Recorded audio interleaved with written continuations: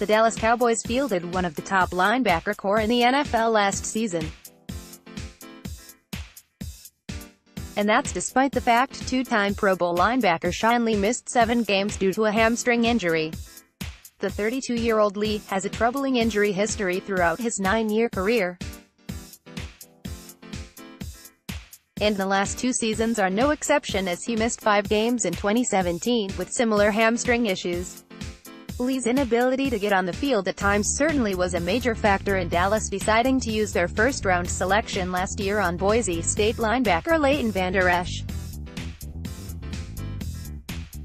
Combined with an ascending player in Jalen Smith, a 2016 second-round selection coming off a devastating college knee injury, the duo impressed without Lee's services last season.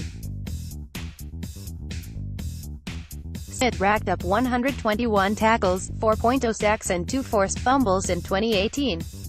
Vander Esch received a Pro Bowl nomination following an outstanding rookie campaign where he posted a whopping 140 tackles, 7 pass defense and 2 interceptions.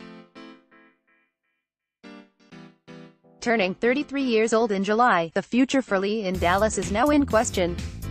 The veteran linebacker contemplated his future this offseason and ultimately decided he wants to play in 2019. Now the only question is where. Lee is, in fact, still under contract in Dallas. Per ESPN, he's scheduled to make a base salary of $7 million in 2019, which counts $10 million against the Cowboys' salary cap.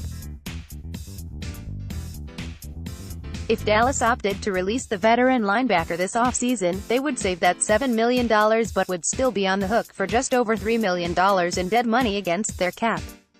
But I believe a much better solution, if Lee would agree to it, would be to keep him on the roster at a reduced rate.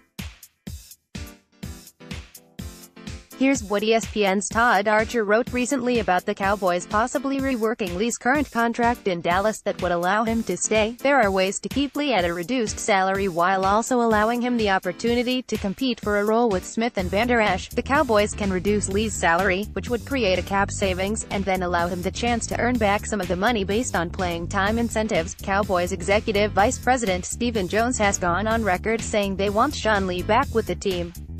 Lee is essentially a coach on the field now and an outstanding locker room and sideline presence to boot.